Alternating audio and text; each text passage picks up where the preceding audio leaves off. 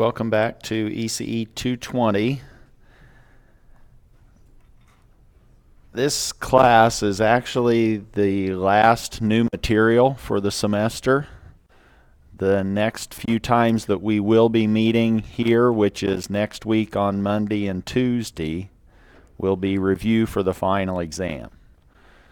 Today we are talking about impedance transformations and resonance, sort of some last things that we can fill in and actually get you ready for 320A if you're going in that direction. But before we do that, I should remind, if you're in the B group, you need to make sure and submit your report for lab number 5 by tonight. And obviously I think by the lack of faces, Exam 4 is tomorrow, so make sure that we are all informed that our last midterm exam is tomorrow, and then the following day, which is Friday, we will not have class here. And we will also not have class here in a week, which is the last day of lecture periods on campus.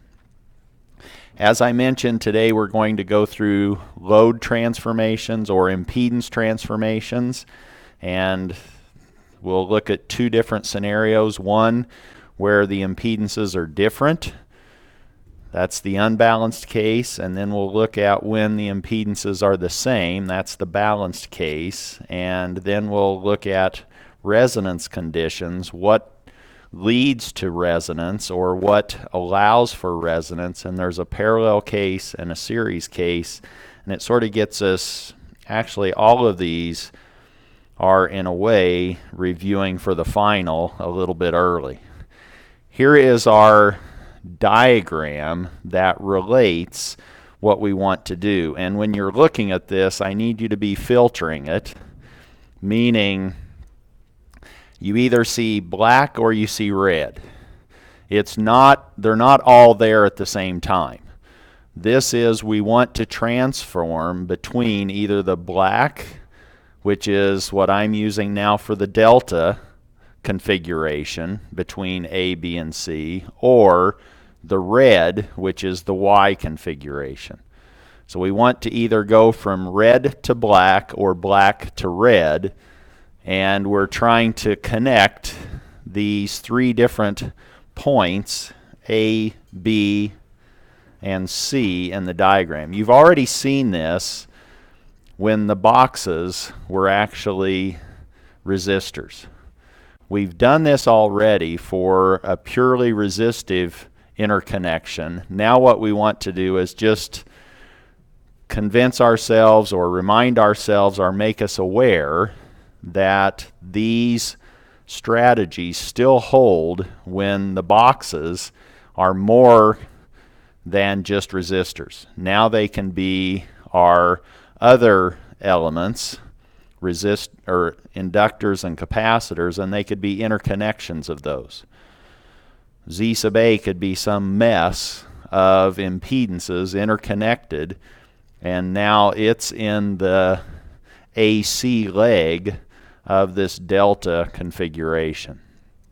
We want to be able to, and the reason we're doing this is it might enhance or make our analysis more straightforward, and especially in 320, when you start talking about power, you might want to convert between a delta configuration of loads or sources and a Y connected collection of sources and or loads. And in fact, in 320 you will see loads connected this way and sources connected this way. So you could have Y sources connected to delta loads through some impedance transmission lines, and you now need to analyze that. But it all goes back to mesh analysis or node analysis, which is what we're learning.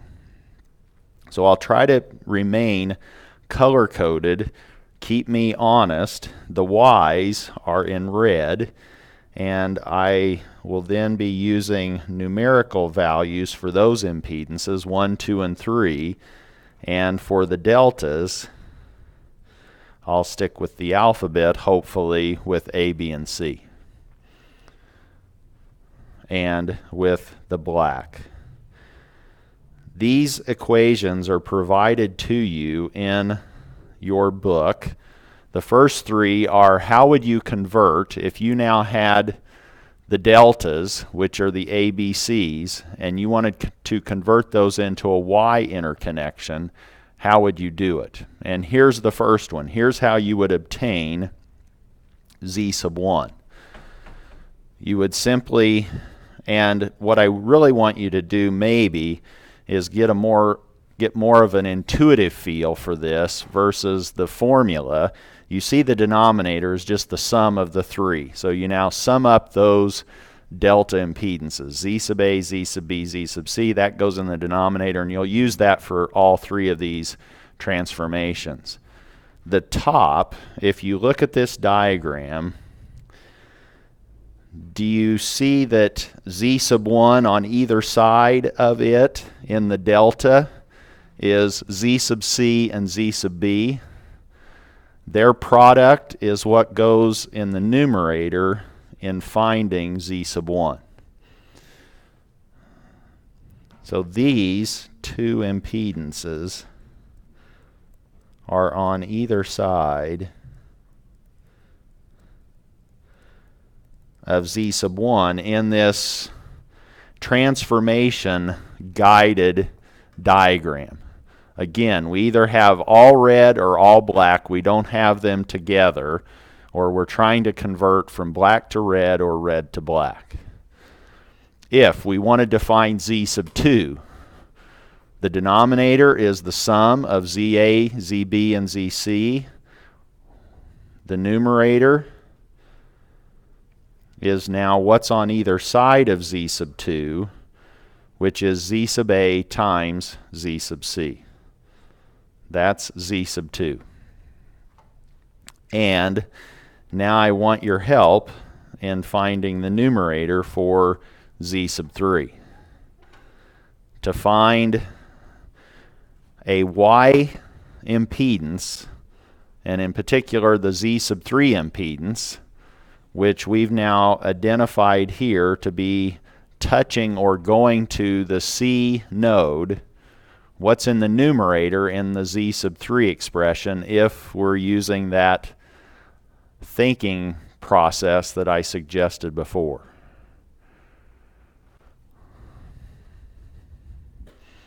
You just look at what's on the side of Z sub 3. Now we're not putting the omega on the side. We're actually looking at our neighbors on the side of where we're sitting, and it's now Z sub A times Z sub B.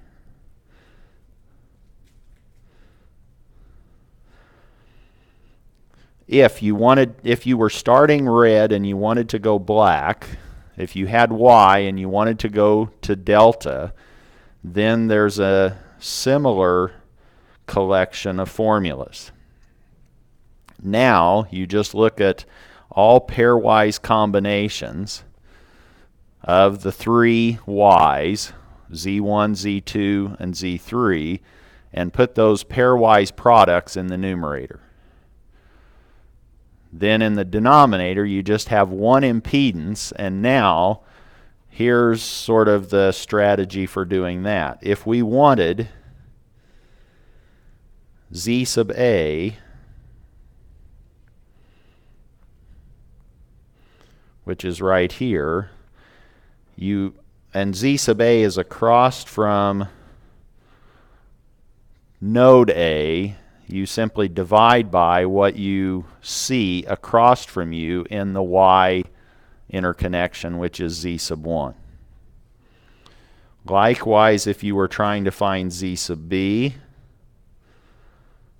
you would put Z sub 2 in its denominator. And finally, for Z sub C, you would put what's across from it, staring towards node C, and that's Z sub 3.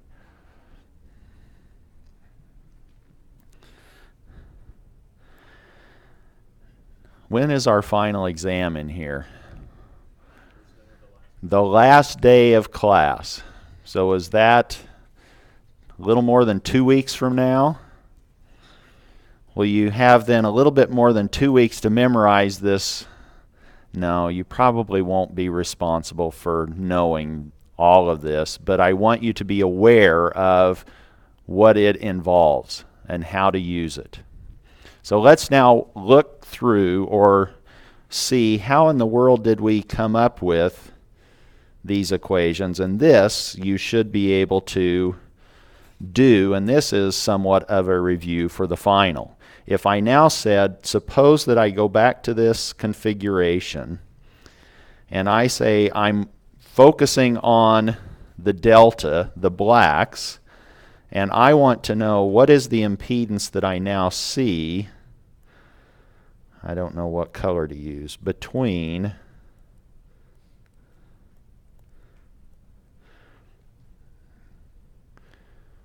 nodes A and B.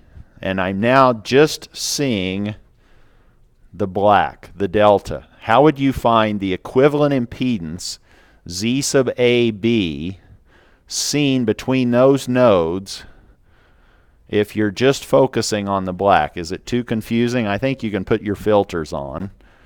You can now say, okay, forget the red. I'm just looking at the black impedances. What's the equivalent impedance seen between node A and B? And you don't have to tell me the details, but what do you see is happening between Z sub AB looking at the black impedances? Does it make sense?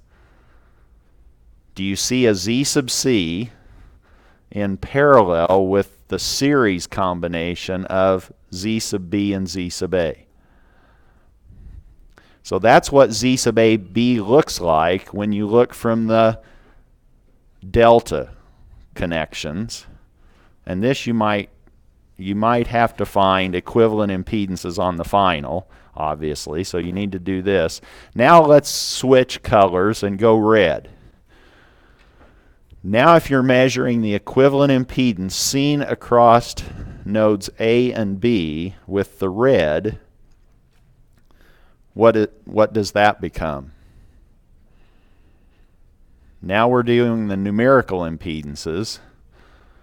If I now said, okay, measure the impedance between A and B, and you have Z1, Z2, and Z3, could you now on a piece of paper write down what you would expect that impedance to be in terms of Z1, Z2, and Z3? What would it be?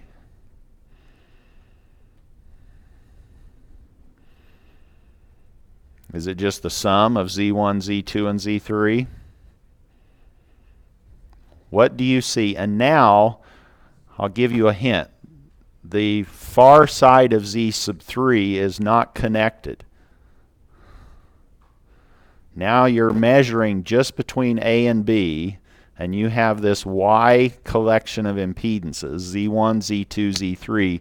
What do you see impedance-wise between Z1 or between A and B? Do you see Z1 plus Z2?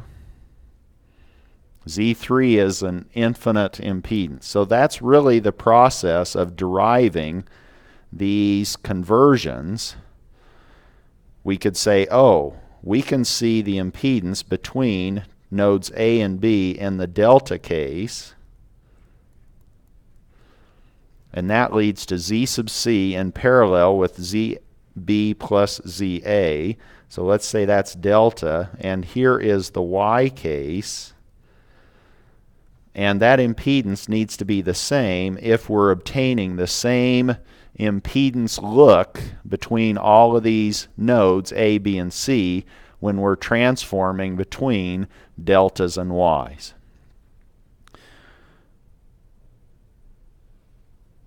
So if we did that, if we said, okay, here's the Y and here's the delta, let me set those equal to each other and get one equation or one relationship. I now have equation 1.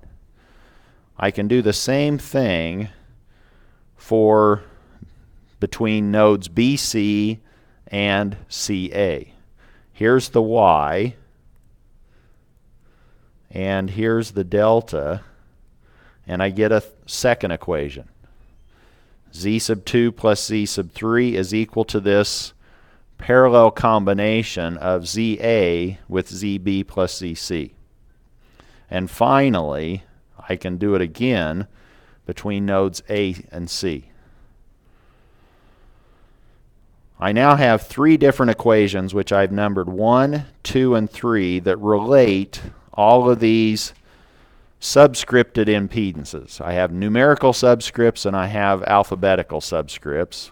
The alphabetical are the deltas, the numerical are the Y's, and now I need to be able to convert between one set and the other.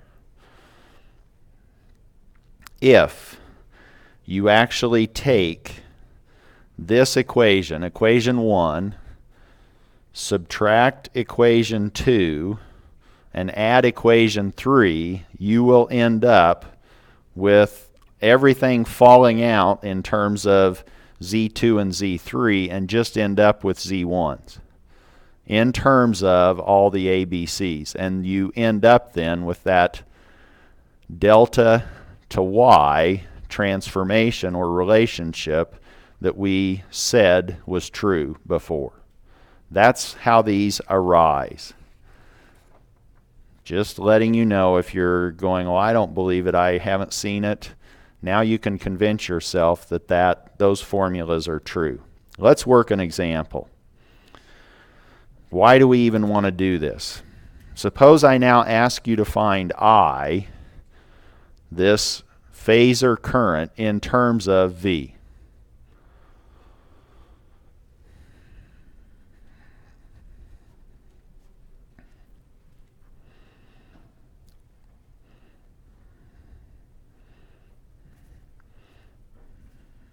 And this could be on the final.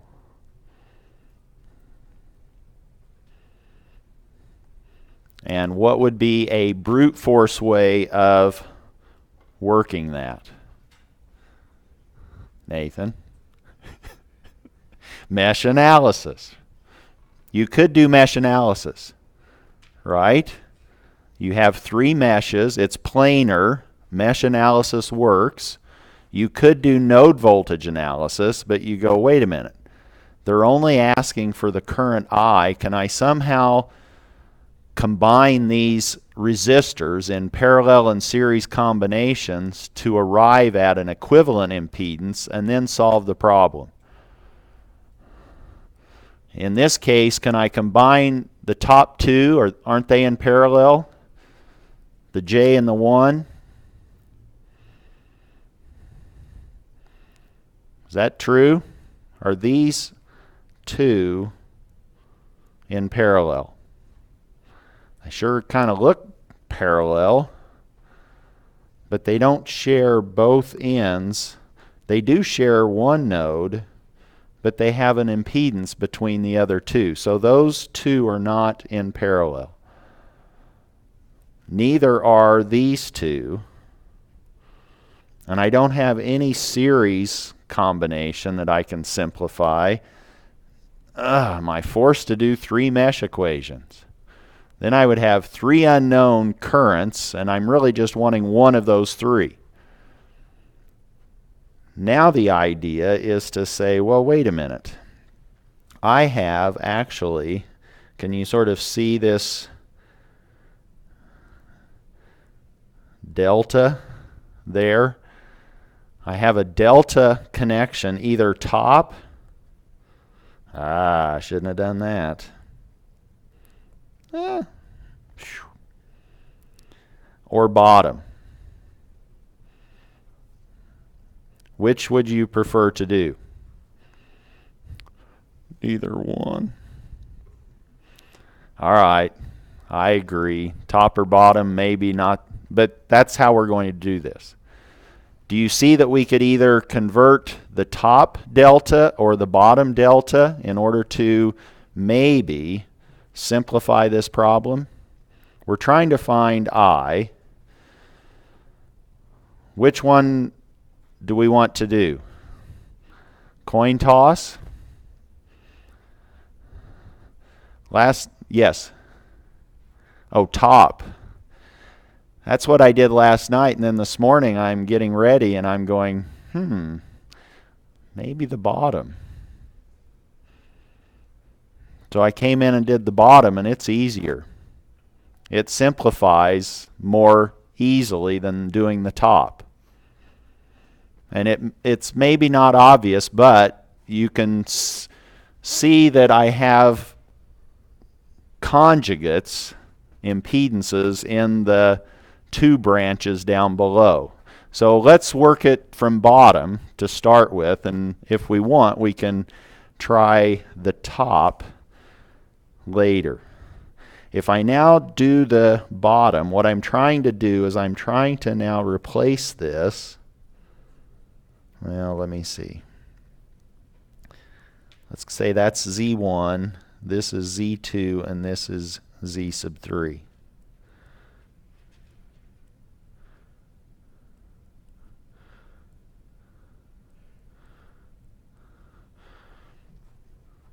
And once I have those identified, I now have this path in series. I have this in series, and I could combine those in parallel. Those are, the blue and the yellow highlight are in parallel after I get it created. And then I can just have one mesh to play with. Is the idea or the process clear? What I want to do. So now let's find Z sub 1. And you could go back and look at the formula, but this one is now going to be, I look to either side, and on the bottom I put the sum of all of the deltas. So on the bottom I have, and here's one reason for saying, oh, the conjugates, I'm summing the bottoms. I now sum 1 plus j and minus j. Those conjugates cancel. And what's upstairs? In Z1, it's the product of 1 and minus j. Downstairs, I just have 1, so that's easy. And upstairs, I'm left with minus j. All right, let's play a game. We're now going to stand on minus j. Where do we stand? Down, right? 90 degrees, and we're 1 unit away from the origin. Good. So you're seeing what this minus j represents in the complex plane. What about Z sub 2? What's downstairs? That's the sum of those three in the deltas, and that's the same. I don't need to write that again, but I am just for make sure we're all on the same page. And Z sub 2, 1 times j.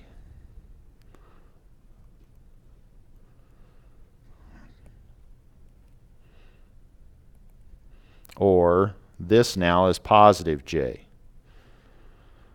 And we know where we would walk in the complex plane to get to j. What about Z sub 3? The denominator is the same. What's the numerator? It's now minus j times j.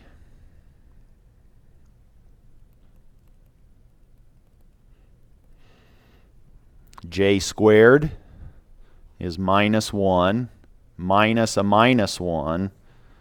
Z sub 3 is now 1. What does that yield? Now we have our source. We have our two impedances that we didn't touch.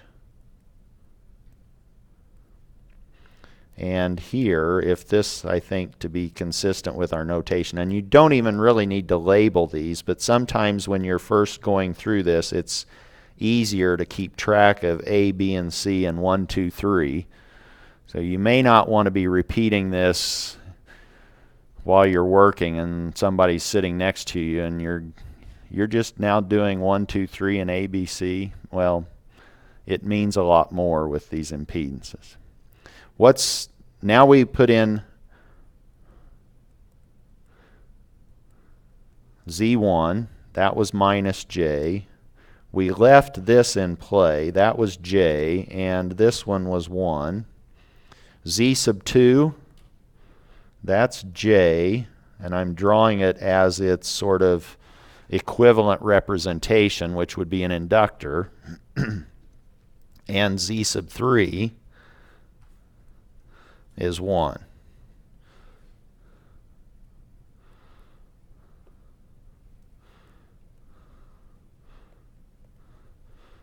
And I'm trying to find I. And don't you wish this problem was on the final? Now what happens?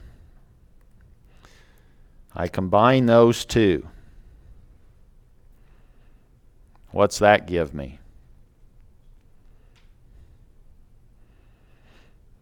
You go to the stockroom and you go, I need an impedance that's J minus J.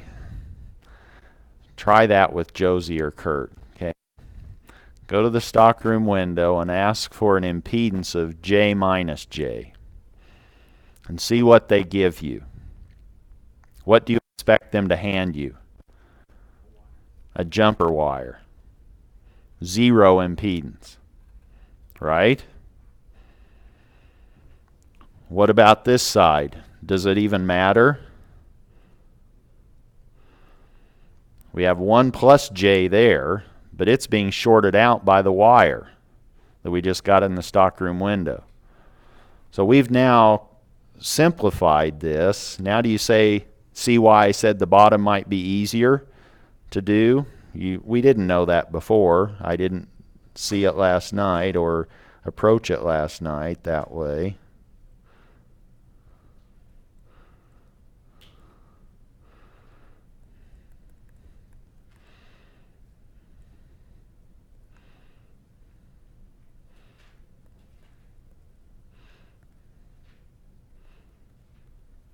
Can you now tell me what I is?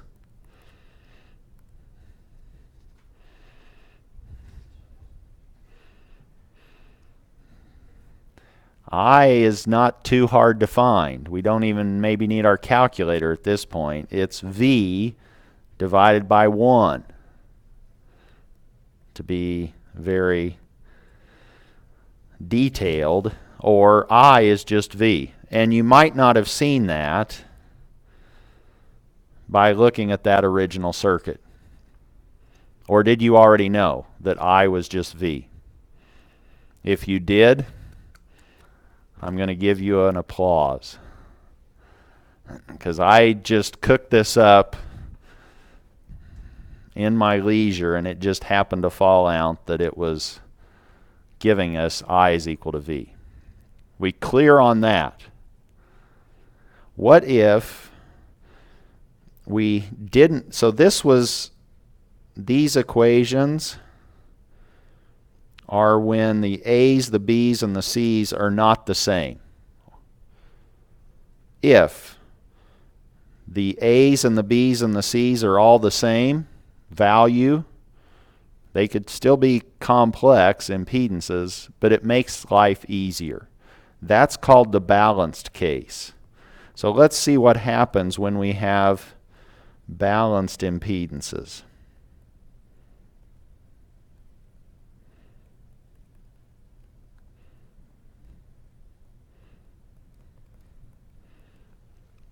Suppose we look at the delta case. And we say, okay, we're just going to call it Z sub delta, which is all of these are going to be the same. What happens now when I try to find Z sub 1? Well, if I go back to the formula, this ends up being Z sub one of those. Was it B and C? I don't even remember. But now those are all just the same, so it's Z delta over Z delta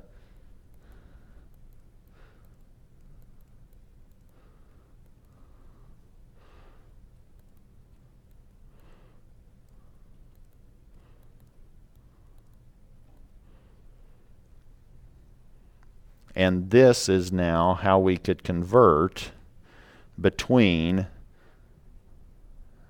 deltas to get to y's. We just divide by 3. Even if the delta impedance is complex. It could be 6 plus J7.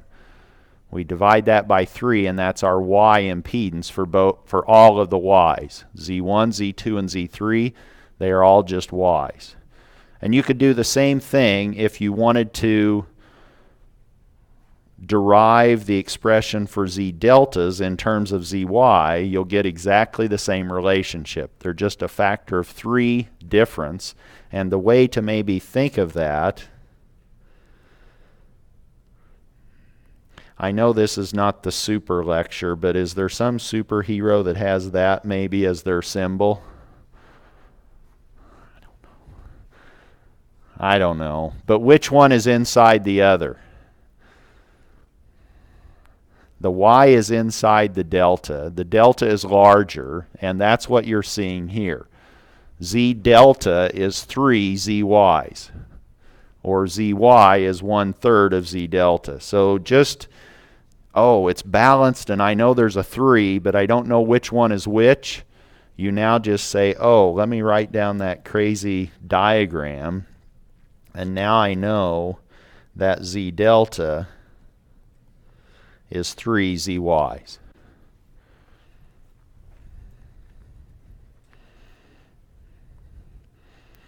So let's now see if that helps us with a similar problem.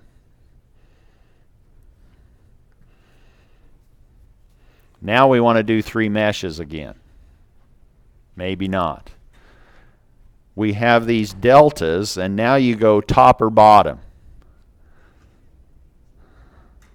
Top looks like, okay, we have 3 that are equal. Maybe I can now apply my balanced equations. Now I can say, oh, my y's, I have this one, I have this one, and I have that one. And now I can replace those with their equivalents. I now know that if I had to redraw this, so this is sort of in my thought process. That's not really there until I replace them. But when I replace them, I end up with this redrawn circuit.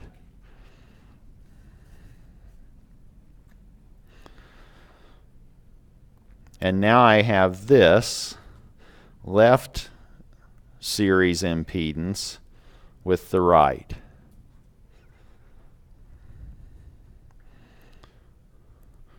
What's Z left? Z left is just 1 minus J. Z right is 1 plus J. And now you might be thinking, okay, now I have conjugate impedances. Here's the Z right, and here's the Z left. Now I want to combine them, and this is, again, review for the final with complex numbers. I want to now find their parallel combination.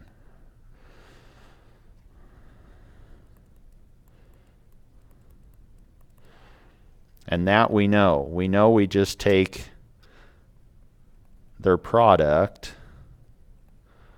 and divide by their sum. And since they're conjugates, their sum is nice. And their products, what happens when you take Z times Z star?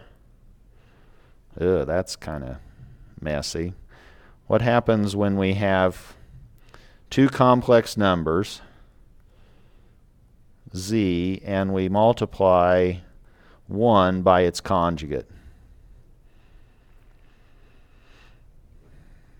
what do we end up with? Do we know? We could derive it. We could say Z is equal to A plus JB,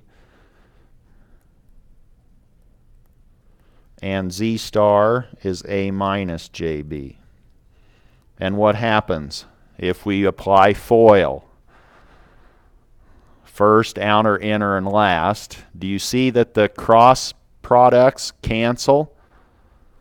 And we're left with A squared minus J squared B squared. But minus J squared is plus. This now is A squared plus B squared, which is really the magnitude of Z quantity squared. That's just an aside for you to remember for next semester when you're in 320A. When you start seeing Z times its conjugate, you know, oh, that's just the magnitude squared. Cleans things up a little bit. And that's really what we have here in the numerator. We have a number times its conjugate. So you would expect a real value to result, and if we did the multiplication, let's say we had 1 plus j, that's 1 distributed across the second term. Then we have minus j squared, distributing the j across the second term, and downstairs we have 2. Upstairs, the j and the minus j cancel, and we're left with 1 plus 1. Or now we have 1. And if we needed to find I in this circuit, what would it be? We've now replaced all of this with 1.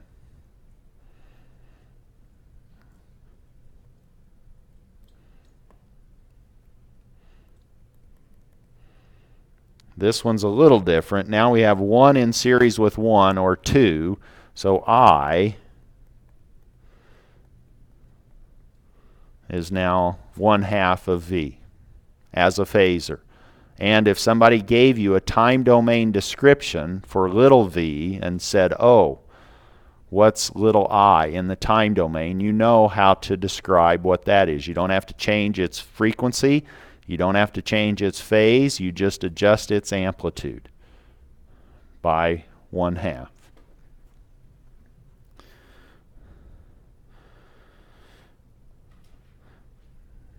Again, we're sort of reviewing by looking at series resonance.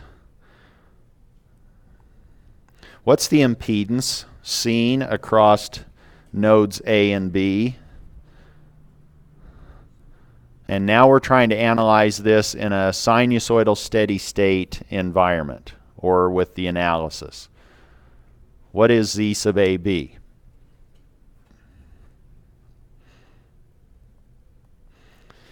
I've done the heavy lifting.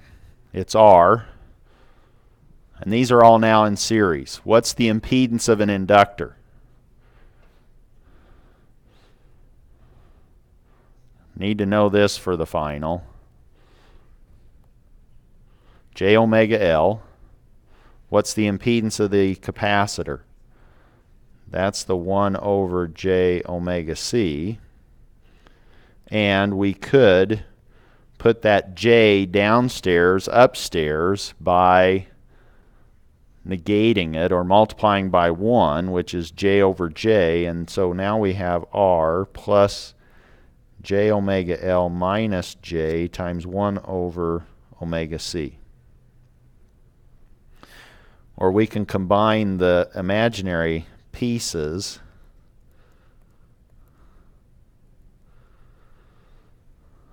to obtain an impedance that is R plus J times the quantity omega L minus 1 over omega C. Is there a frequency that makes this impedance purely real?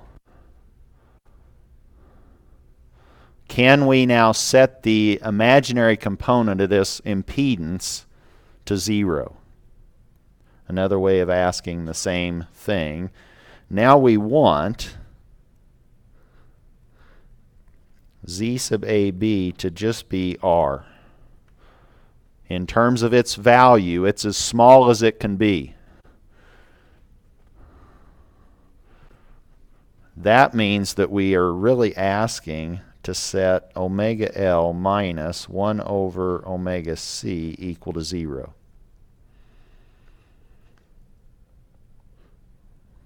We have omega L is now 1 over omega C, or we multiply both sides by omega and divide both sides by L, and this should be starting to look familiar.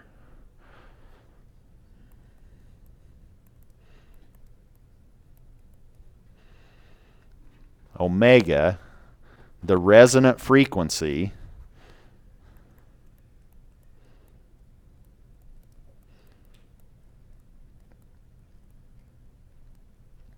is now 1 over the square root of LC. Which means if we applied a voltage source with an adjustable frequency across terminals A and B, and we were just sweeping the frequency through various frequencies, when we hit the value of frequency omega equal to 1 over the square root of LC, we would see a pure resistor being across that sinusoidal voltage source. And in that scenario, what's the impedance? That's as small as it can be. So at resonance, we've now minimized the impedance seen by that voltage source. And what's the frequency? Well, now if you knew L and C, you could compute it. It's 1 over the square root of LC. And that's been our natural frequency in this analysis when we start solving all of these other circuit problems. So that is sort of stamped in your brain, and that's maybe why it's not included on your formula sheet, is because you should kind of know this. This is now the natural frequency in these RLC circuits. What happens when we want to do something similar for a parallel circuit? What if we now wanted to find the admittance across terminals A and B? How do we compute admittance? In parallel, these just add. So now we have the admittance of R plus the admittance of L plus the admittance of C. Admittance is the reciprocal of impedance. So we can now write this in terms of R, L, C, and omegas. We have 1 over R plus the admittance of L, which is 1 over J omega L, and Y, the admittance of C is 1 over the impedance of C, or now that's 1 over the quantity 1 over J omega C.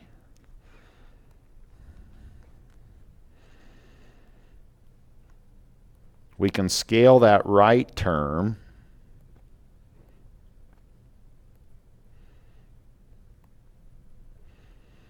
by, or multiply it by 1, J omega C over J omega C, and so that expression in the denominator of the denominator actually comes up to the numerator. And we can move this J upstairs with the appropriate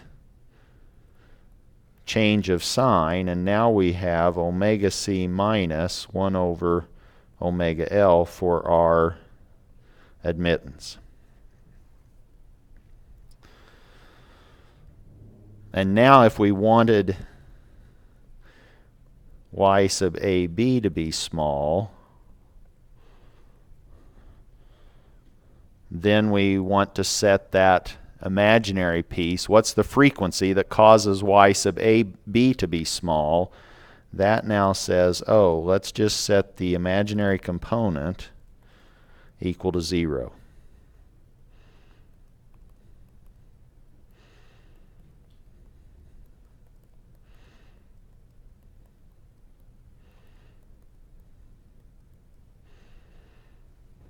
And voila, again, we have this formula for our resonant frequency. In parallel resonance, we have the same frequency relative to L and C, 1 over the square root of LC. And if we now wanted to have our impedance, that's now 1 over Y sub AB, let's say at resonance. Z sub AB is 1 over Y sub AB. That's now 1 over R. Or now that impedance, again, between nodes A and B looks purely real at resonance. At the frequency omega equal to 1 over the square root of LC.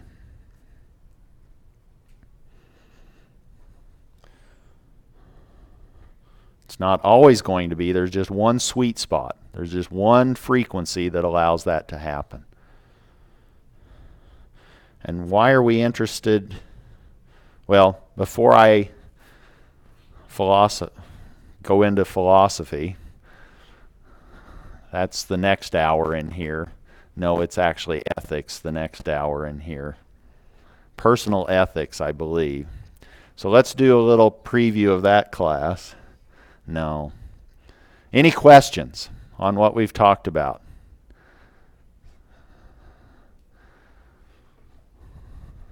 If I now gave you the following circuit,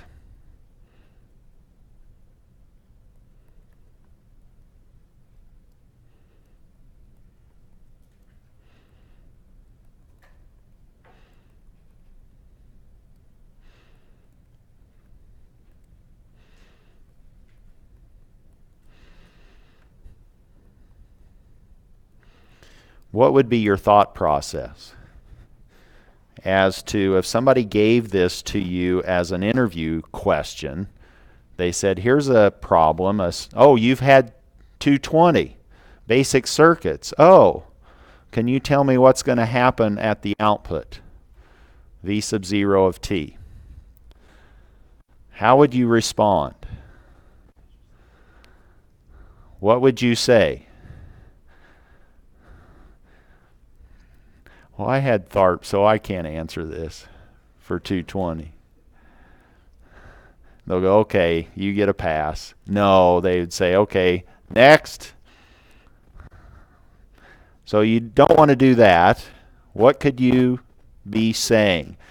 How could you analyze that based on your ECE 220 knowledge? What's one comment you could make? There's a lot of comments you could make about this. What's one? Pardon? Okay, do you want me to examine this circuit in its sinusoidal steady state behavior? Be a valid question. You could say, well, do I need to look at both voltage sources? And is this circuit linear or nonlinear? Haven't even really talked about that. We've always been dealing with linear circuits. So you could use superposition to analyze this circuit. You could analyze it with just V1 and then say, okay, I know what it's going to do with V sub 1 of t. Now here's what it's going to do with V sub 2 of t. And then you just add them together to get the total, V sub 0. What is that circuit? If somebody said, what kind of circuit behavior does this exhibit? What would you respond? Did we talk about that? Maybe not so much. But this is a first order. It has one energy storage device. It's a first order filter, and it's actually a low pass filter.